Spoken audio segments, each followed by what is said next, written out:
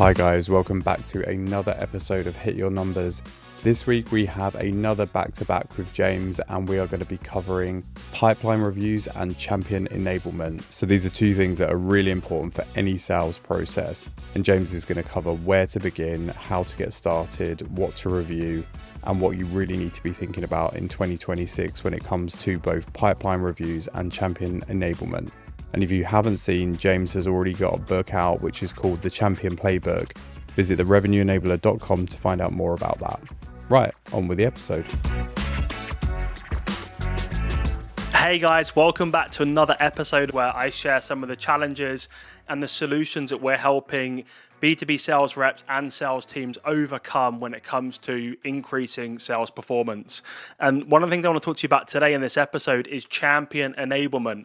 I feel like we have a massive opportunity in sales to do a much better job of enabling our champions. And if we are real for a second and we realize that actually our job as salespeople isn't to align with budget, it's actually to create it. And to do that, we need to enable our champion to navigate the organization, have high value conversations with stakeholders, and ultimately help them, enable them to make a decision. So in this episode today, I'm going to take you through a couple of things and make sure you stick through to the end.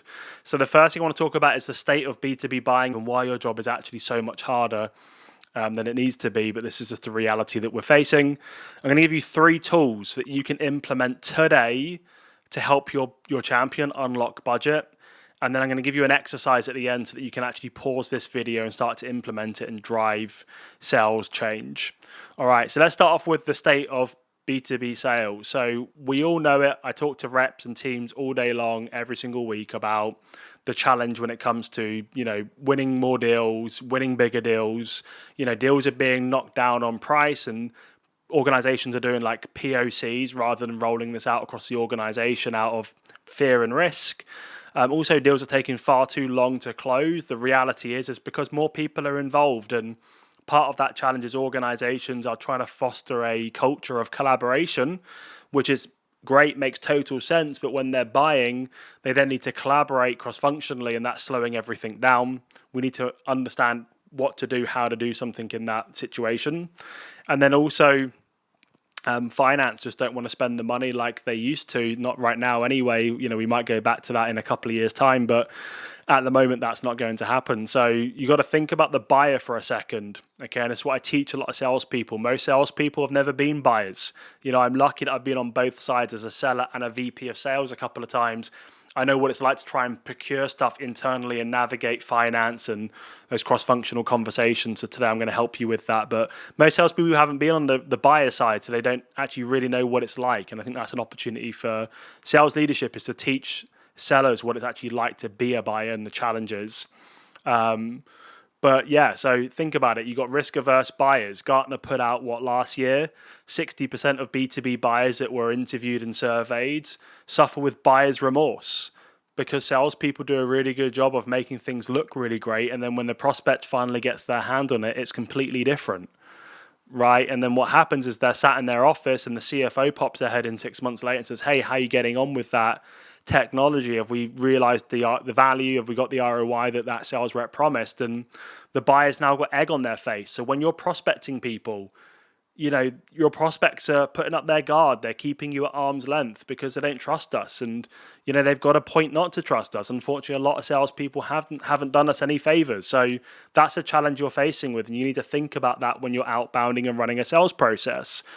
They're risk averse. A lot of your champions, if you think about them by definition, they're trying to grow their career. If you're selling to the VP of HR, they probably want to be a chief people officer one day or CHRO. They're never going to get there by making loads of mistakes when it comes to purchasing technology or services or working with vendors. So one of the things they're thinking about is this going to get me fired? Is this going to lose internal reputation? So again, I need to enable them to feel confident and go and have that conversation. And today I'm going to give you some tools to do that. Okay. So just think, before you're trying to overcome like typical sales challenges, start with the buyer. Their world is so different now. It's far more complex. More people are getting involved, less money flowing around. They've got a career they're trying to build. They know that 1 or 2 big mistakes could really impact that. We now need to align with that from a sales perspective, okay? So let's talk about some solutions. So I've got 3 things I'm going to take us through today. One thing I want to talk about is just like overall clarity. I want to talk to you about decks because I think they can be fantastic tools when used correctly to give to your champion to go and have conversations when you're not present, which, let's be real, that's in most cases. And then I want to talk to you about decision enablement.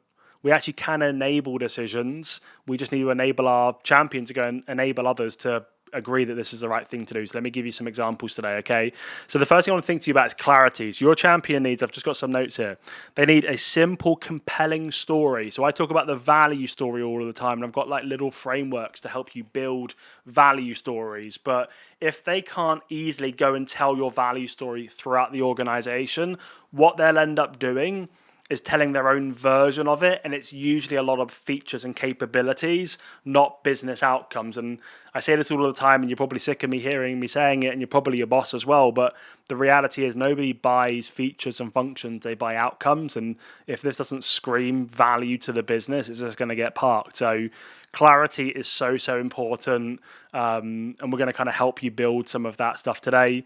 So here's a really quick example, right, around that framing on that value story. So I just kind of used this example here. So ideally, what I want my champion to walk into a stakeholder meeting and say something like this. So right now, our reporting process takes far too long. It takes about 3 days every single month to pull those reports. It's very manual, it's extremely error prone, and nobody really trusts the numbers at the end. If we implement this solution, we can actually automate not only 80% of the process, but we can also reduce the errors and give our leadership real-time visibility into those metrics. It will free up a huge amount of time and remove friction from critical processes. Like imagine like that story, like, and you'd put a lot more meat on the bone, but we're talking about the painful process in their before state, so their current state, where are they today? We're talking about a bit of the process and some of the risk involved and lack of confidence. And then we're talking about the positive way that we can do it moving forward. It's going to automate 80% of that. It's going to remove all of those errors. It's going to give our leadership and our key stakeholders real-time visibility so they can make fast, data-driven decisions confidently. It's going to help us free up, and remove friction from the process. So clarity, just make it really easy for your prospect, your champion to go and tell your value story internally. If you don't do that as a salesperson, unfortunately, they're going to do it, and probably not in a very good way. You're the best salesperson, not your champion. Okay, cool. So clarity. Let's talk about decks. Like clarity is important in here as well, but let's talk about the deck, for example. So I want you to give them like a 3-5 slide deck that really frames not only the problem, but more specifically calls out the enemy. And when I say the enemy, I'm talking about the root cause. So let's take my world. So the problem is a lot of sales organizations are missing their number. Salesforce found 84% of reps miss quota, which is significantly up from the year before. Now, that's not the problem. It's a problem, but it's not the problem to solve. My point of view is that nobody gets a degree in B2B sales, and most organizations don't do a good enough job of equipping their reps with major skills that they need to go and hit their number. So the enemy for me is skill gaps. If I can overcome that enemy, help salespeople overcome that enemy, they can go and build a great career. So my pitch deck needs to feature that, and it does.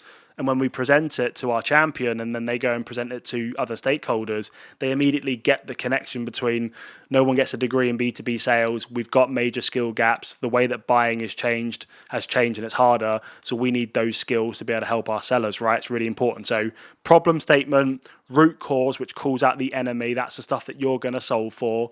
Okay. And then what we want to do is have some differentiation kind of sprinkled in on some of those slides around how you solve the problem, how you solve it better or differently than anybody else. And a big part is, what is your evidence?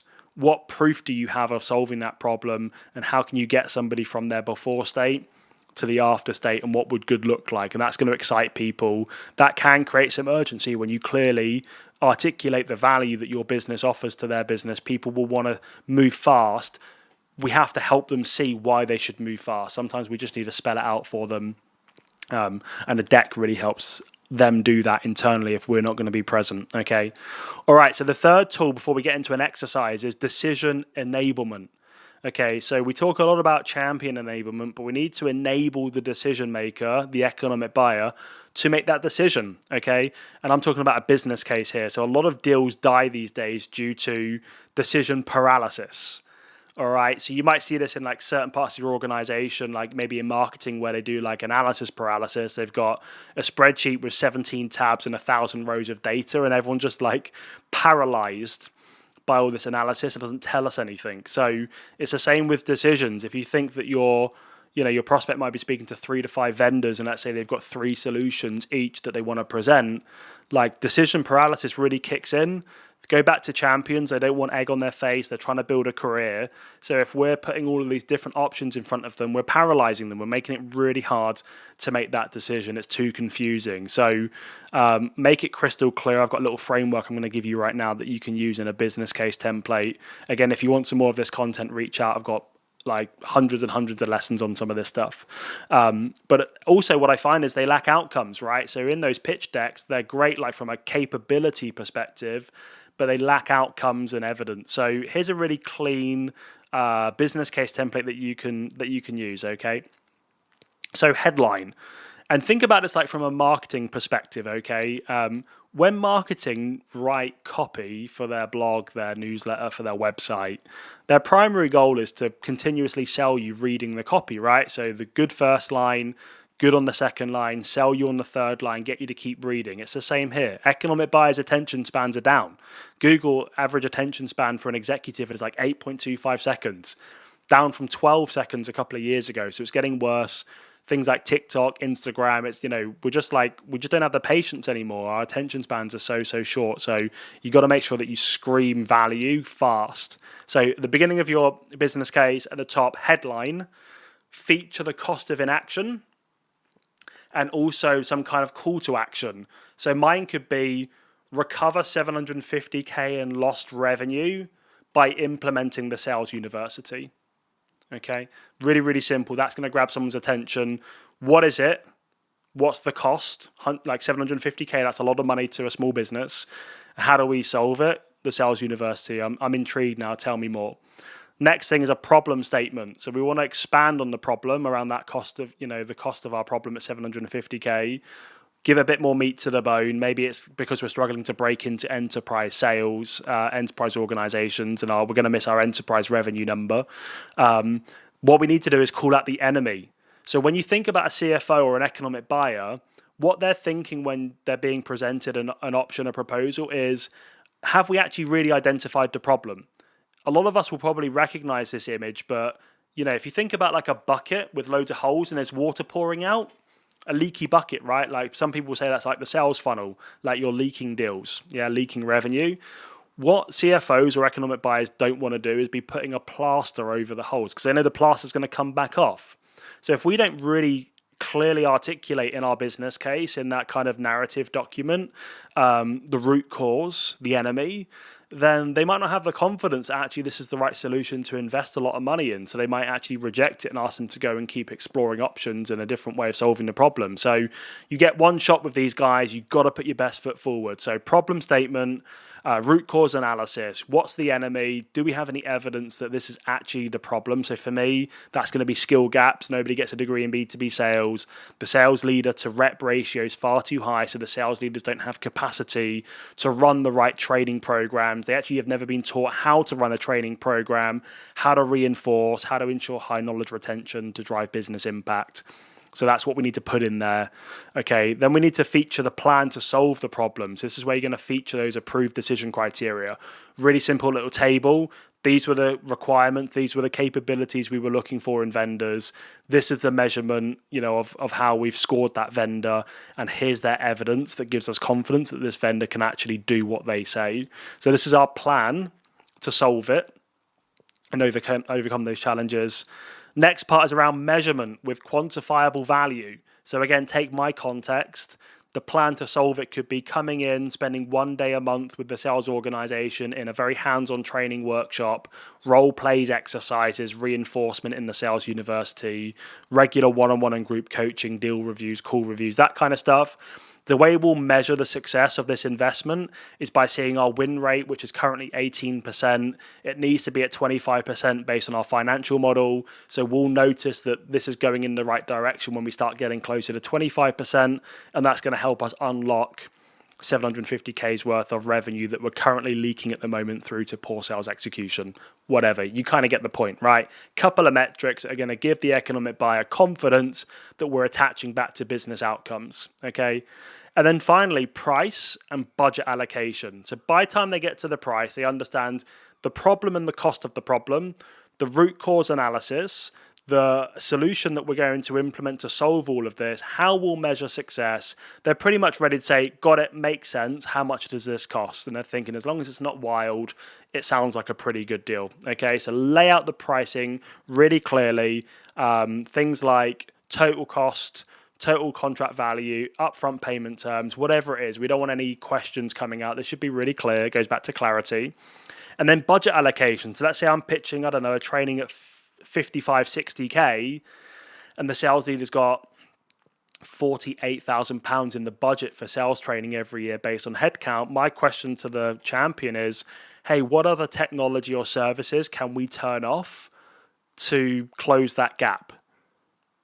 Right, so they might turn off one of their data providers because they've got 3 data providers and one of them just isn't really working, and that's 12.5 grand a year. We can turn that thing off, and that can go towards closing the gap. Again, this shows like willingness of the champion to the economic buyer that this problem is so important to solve. I'm prepared to turn some other things off to part fund this initiative. I just need you to help me close the final gap.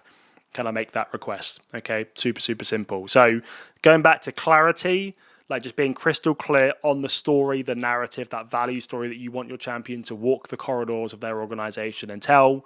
What content can I give them? So decks, 3-5 pages, really clearly frames the problem before state, after state, and shows some of those kind of capabilities that you're going to help them implement. And then decision enablement. How can I have 1 or 2 pages that my champion can throw up on screen in front of an economic buyer or a group of stakeholders and get, agreement that this is the right thing to do and get that budget approval. Cool. So I said I'd leave you with an exercise today, which I try to do in most cases. So what I want you to do is grab your team, get around the whiteboard and pick one of these tools. Let's just say, I don't know, the pitch deck, the 3-5 slides. Collaborate and work together as a team on what those slides should look like. Okay, and if you need any help with this, reach out happily, I'll join the workshop virtually or in person, or I can kind of give you some pointers. And then if you can, bring in your internal buyer. So let's say, for example, I sold HR software again to the VP of HR. If your organization has a VP of HR or a chief people officer or a HR director or whatever it is, bring them into the workshop. Because just because they work at a HR tech company doesn't mean they don't buy HR tech. They probably buy loads of HR software and services and work with vendors, right? They're a perfect person for you to kind of run this by. It's one of my favorite prospecting tips. Like if I want to send a cold email, I'm going to send it to my internal buyer first and be like, hey, if you received this as a VP of HR, how would you respond? Would it resonate with you? Is it too long? Is it too short? Is it clear? Is it too clever? Whatever. Would you like this call to action? Would you rather some content first? Give me some feedback. So as an exercise, get the team around a whiteboard, really work together on, what could we do to help us put our best foot forward to really enable our champion to walk the corridors, and let's bring in our internal buyer to get some feedback on that before we start to test it with actual opportunities. Cool. All right, guys, a little bit longer of an episode here today, but I wanted to get into something that's super tactical that you guys can literally finish up with listening to this right now and go and implement. So yeah, got any questions off the back of this, let me know. So we've built the leading skill optimization platform with 400 plus sales lessons, 12 courses from prospecting all the way through to late stage deal negotiation and more, one-to-one sales coaching and AI sales assistance. And I want to give you 7 days free access to the platform. The reason I want to do this is because nobody gets a degree in B2B sales. And after training and coaching hundreds of sales reps and teams in the last 2 years, most haven't mastered critical selling skills, and it's preventing them from being promoted, earning great money, and building a great career in B2B sales. So go to the revenueenabler.com, grab a free trial, and join hundreds of salespeople that are closing their skill gaps and mastering sales. There's a link in the video description. I'm looking forward to getting you set up. Give me a shout with any questions. So in this episode, I want to talk to you about overall pipeline reviews and pipeline management, okay? So I've got a couple of things I want to take you through today here in my notes. So first, I want to talk about what to inspect and when to inspect it, and different cadences, weekly, monthly, quarterly, that kind of thing. I want to talk to you about gap to goal and coverage. I think that's an important topic. I want to talk to you about just some simple metrics that you can be looking at throughout your pipeline, weekly, monthly, quarterly. I want to talk about scoring and building a confidence to close score with MEDDPICC. And I want to talk to you about a get well plan that a very senior executive told me when I was a VP of sales that can actually apply to a lot of sales reps, but also to sales leaders. So I want to share that with you today as well. Okay. So let's start about what to inspect and when to inspect it. So one of the things that I love doing, like especially if you're using a tool like Gong or some kind of revenue intelligence tool, is going into like the specific views that I set up, like every morning for just like 5-10 minutes, and picking like one or two accounts that I need to advance and making a plan and executing that plan. So every Monday morning, you can run a pipeline management exercise where you look at pipeline that you need to close this month or this quarter, depending on your forecasting cadence and the periods that you forecast in, and then make an overall plan. But every morning, just 5-10 minutes looking at those specific views, and looking at deals maybe where I haven't multi-threaded, maybe there's no next steps booked, maybe there was risk surfaced on a previous call, maybe like, I don't know, something else completely different. Just pick one or two and then like build some content or make a bit of a plan that day and put it into the calendar and go and execute it. And that's just something we can be doing on the dailies that I think can really, really help. When it comes to like inspection, things that you can do that are quick is just like looking at like the 3 whys, or I like the 5 whys. But let's take the three whys. So why change or why buy? Why do they need to do something differently? Why do they need to do something now? Where's the urgency? What's the burning business impact that's driving change? And then why us? What do they love about us? What about our differentiation? Why do they want to partner with us specifically? If we don't know that, then maybe we need to go and ask those questions, okay? So just build a list of things that you want to inspect, all right? And then just have them into like a checklist or into some kind of cadence. Could be in your calendar, could be in your revenue intelligence tool, could be in your CRM, could just be on a bit of paper on your desk, whatever it might be, that you just open up your pipeline and you're just running through a bit of a checklist. Have I done this? Yes.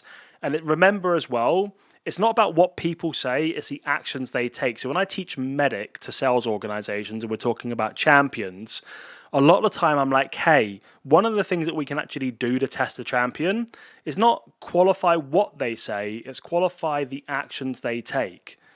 If they're like, hey, yeah, I know Bob, Bob's our CFO, like I meet with Bob all of the time, a lot of salespeople are like, okay, sweet, like he has a connection to the economic buyer, must be a champion. Right, like the testing part is, can that person actually influence and bring other people into a conversation? So I'm going to see how they act before I qualify or I get super confident that person's my champion. So just build a bit of a checklist or a framework that you want to follow when you're inspecting opportunities, and then just run through that every single time.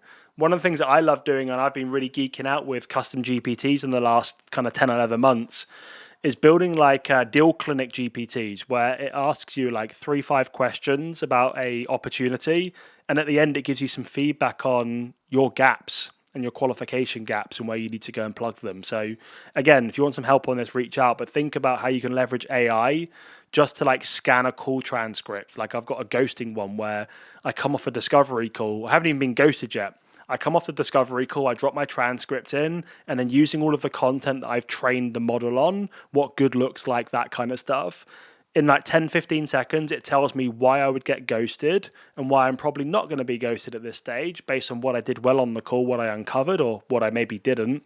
And it's going to help me build a bit of a plan, okay? So again, we can be using AI to help us inspect opportunities so we can do it on a more regular basis and we can ultimately help us close those deals.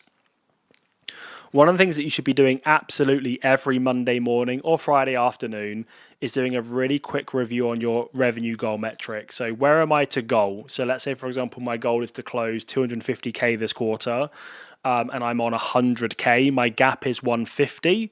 So what's my pipeline coverage? So if my win rate's I don't know, 20%, I need 5x coverage. Do I even have enough in at the right stages? I don't mean just like overall pipeline. Do I have enough opportunities that can close within the period that I'm in? So let's say, for example, there's 28 days left. Like, it's all good having a load of deals in discovery, but if our sales process from discovery to closed one is 168 days, those deals probably aren't going to help me, regardless of how many discounts you give people. So you need to be able to build pipeline coverage based on specific stages that deals are in, time to close, all of that kind of good variation. Again, I've got some calculators that you can use, to just reach out to me if you need some help. But you need to look on at least a weekly basis and go, right, where am I to my goal? What's my gap to goal? What's my current performance rate? What's my pipeline coverage, and what do I actually need to do to advance those opportunities? Or do I need to pick up the phone a bunch of times to actually go and build some pipeline, because I'm never going to make my revenue goal if I don't? Some other things you can think about are just like simple metrics. So I just wrote down here like time in stage. So if I can see this deal is sat in stage for far too long, then I probably need to do something and have a tough conversation with them. Let's just say, for example, deals typically sit in the technical evaluation phase for, I don't know, 37 days, and this deal's been in there for 128, and it's the only one that stands out like a sore thumb like that, then what's happening? Probably lack of urgency, lack of impact in the business, or maybe a very junior person I'm dealing with who doesn't know how to get a deal through the sales process, the buying process, and maybe I need to pivot and go and find a different person in that account to drive the deal forwards. And I'm probably going to work with that person first, and then if not, I'm going to go around them if they're blocking it. Okay.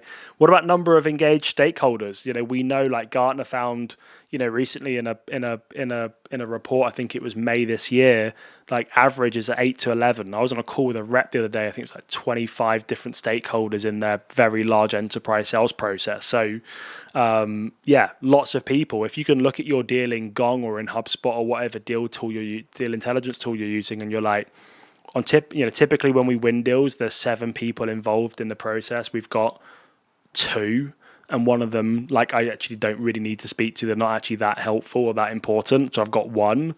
Again, that's going to show me some risk in my pipeline. And guess what I'm going to do? I'm going to make a plan to solve it, right? But I need visibility. So part of this like Mastery Monday today episode I wanted to do is actually just like reinforce the frequency that you should be doing this. Otherwise, one of my favorite sayings is it takes a long time for bad news to travel uphill. Right, I'll let that sit with you. It takes a long time for bad news to travel uphill. So I first heard this when I was selling HR tech, and basically what they were saying is that by the time your culture is broken, by the time it gets to the CEO, it's usually too late. It's already kind of happened and spread. So it's the same when we're in sales. By the time we get the bad news, it's late in the quarter, it's usually too late to actually go and build enough pipeline to close things out. So we need to be on the ball every day, once a week, looking at specific things and going, okay, am I pacing well? Am I on track? Am I behind? What's my plan? How am I performing to plan? And being able to make changes and course correct really quickly rather than waiting too long. And that's why I love tools like MEDDPICC. Let's get into that next, is because I don't see it as a checklist. A lot of people do. It's the complete wrong mindset. I implemented it 3 times when I was a VP of sales. Now I help other organizations do it. And my teaching is using it like a GPS. Yeah, like using it as a navigation system. Where am I strong? Where am I weak? It's going to highlight the weakness. I need to go and do something about it. It's like if I was driving from my home in Portsmouth to Edinburgh. Like, I could probably get there without Google Maps. It might just take me 2 or 3 times as long, because I'm probably going to take a couple of wrong turns. I might end up using more fuel, right, which is going to be frustrating, where I could just stick Google Maps on and I can just drive the way. Doesn't mean I'm not going to be distracted and maybe take the wrong exit at a roundabout, but Google Maps is going to be like, hey, chill, no worries. Like, I've got you. Let's go right here. Let's take the next left, and we're going to be back on our, planned route, right? And that's the beauty of tools like MEDDPICC. So the next thing I want to talk to you about is building a confidence to close score. So the beauty of a tool like MEDDPICC or MEDDPICC is it's basically going to help me identify where I am strong, where I'm weak, and then what do I need to do to close those gaps. I'm a big fan of not just having fields in CRM of like metrics and then reps as like free type in there. I think that's important because we want to capture that, because there's a load of value to the business in identifying what those are for one opportunity across a group good for marketing to use those kind of things. But the other thing I think is really important underneath that field for metrics is having metric-score. And underneath it is some kind of scoring logic which validates the quality of our qualification. Same with economic bias, same with decision criteria, so on and so forth. So again, I've got tools for this, reach out like Google Sheets, little calculators, some AI stuff. But you want to be understanding, okay, for this deal, what is my confidence to close score and how is that rolling up? Well, this one I'm really confident on because I've got this score, which tells me I'm in a really good place. This one I've actually forecasted it. There's 4 weeks left of the quarter. We're in enterprise sales. I don't even know what their paper process is. So like, is this going to be hey, send me a DocuSign, I'll get this thing signed off in a week? Or is this going to be a 4 week backwards and forwards with legal? And is it then going to be, InfoSec review after InfoSec review after InfoSec review, so on and so forth? Like, there's risk. That's fine. There's risk with every deal until there's dry ink on the contract. But now I've identified that risk. I've got 4 weeks left to close. I don't know anything about paper process. Now I need to go and figure that out. I'm going to pick up the phone with my champion. I'm going to jump on a call with them. I'm going to do some discovery, do some qualification, give myself some confidence, make a plan. And that nicely kind of gets us into our last kind of point today, guys, which is a get well plan. So when I was building as a VP of sales, one of my sales organizations, we'd gone through like a really kind of great period of growth. And then all of a sudden, boom, we were just hit with some like real big challenges. And we're struggling for a little while. Very experienced exec that sat on the board was like, hey, you need to build a get well plan. It's like, imagine that you're not very well, you go to the doctors and they'd like make a bunch of recommendations, and then you'd go home, you'd be like, right, I need to make sure I'm taking my vitamins, drinking plenty of water, getting plenty of rest, eating well, all of that kind of stuff. Same in sales. So I need to make a get well plan if I'm behind. So if I'm way behind my pipeline goal, you bet I'm going to be looking at messaging, looking at my target accounts. Am I working too many accounts? Am I not working enough? Am I going deep and wide in these accounts to ensure high penetration into those accounts? Or am I stuck with like one prospect going through the sequence? If I get nothing, I'm moving on. Have I got time blocks on my calendar? Am I doing 3 cold call blocks, one at 10, one at 2, one at 4? Am I preparing well for discovery? Like, I'm basically just building a get well plan, and I'm going to implement it. And I'm going to obsess over it, because if I don't, then what's the point in doing it? Like, if I'm going to do something, I'm doing it because I'm going to make an assumption that it's the right thing to do. If I don't think it's going to work, don't bother doing it. Rethink the plan and then go and execute it. So anyone that's listening to this right now, if you're looking at your current performance to target for the quarter, or even for the rest of the year, and you're looking at, right, well, I've got 4 or 5 months left until the year's up. This is my pipeline. This is my gap to goal. This is the risk. What can I actually do to go and solve it? And be prepared to ask the hard questions internally. And, again, this comes down to your sales leadership team about creating a safe culture, but you should feel okay to raise your hand and say, hey, look, I'm really struggling. I don't feel confident here. I've got this risk. If the business genuinely wants you to win, genuinely wants you to be successful, they'll be like, cool, dude, thanks so much for raising your hand and being honest about that. Now I can do something to help the both of us solve this big problem. Let's work together on it, right? So yeah, little exercise for you now is reach out to me specifically. I'll give you a little calculator, a little kind of pipeline review sheet where you can do some of the scoring and things like that. It might be on our website, but just reach out to me just in case, and I'll definitely give you a copy. And I want you to open up your pipeline, and I want you to start scoring some of your deals to hopefully identify some big risk that you can then identify, and then go and make a plan to go and solve and mitigate that risk and drive your deal to the finish line, and hopefully close those deals on time this quarter or ready for next quarter, so that you don't start panicking last minute and then like that whole classic breathing into a brown paper bag, not knowing if you're going to make it or not. Like, let's get some predictability. It's never perfect. I'm not going to sit here and say MEDDPICC is a silver bullet, but my last organization, we reduced the time to close by 64% and increased the win rate from 11 to 57% by using it as a framework, as a GPS to help us navigate complexity. not just in terms of what you're selling, but the complexity of the buyer process. Remember what I was talking about earlier on in this episode. So yeah, hope that was helpful. If you've got any questions, let me know. Looking forward to delivering our next episode. And until then, I'll see you then. All right, thanks for listening to this episode. I've got something else I want to give you before we wrap up here. So we've built the leading skill optimization platform with 400 plus sales lessons, 12 courses from prospecting all the way through to late stage deal negotiation and more, one-to-one sales coaching and AI sales assistance. And I want to give you 7 days free access to the platform.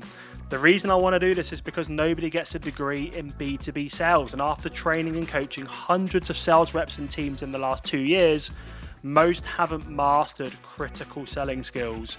And it's preventing them from being promoted, earning great money, and building a great career in B2B sales. So go to the revenueenabler.com, grab a free trial, and join hundreds of salespeople that are closing their skill gaps and mastering sales. There's a link in the video description. I'm looking forward to getting you set up. Give me a shout with any questions.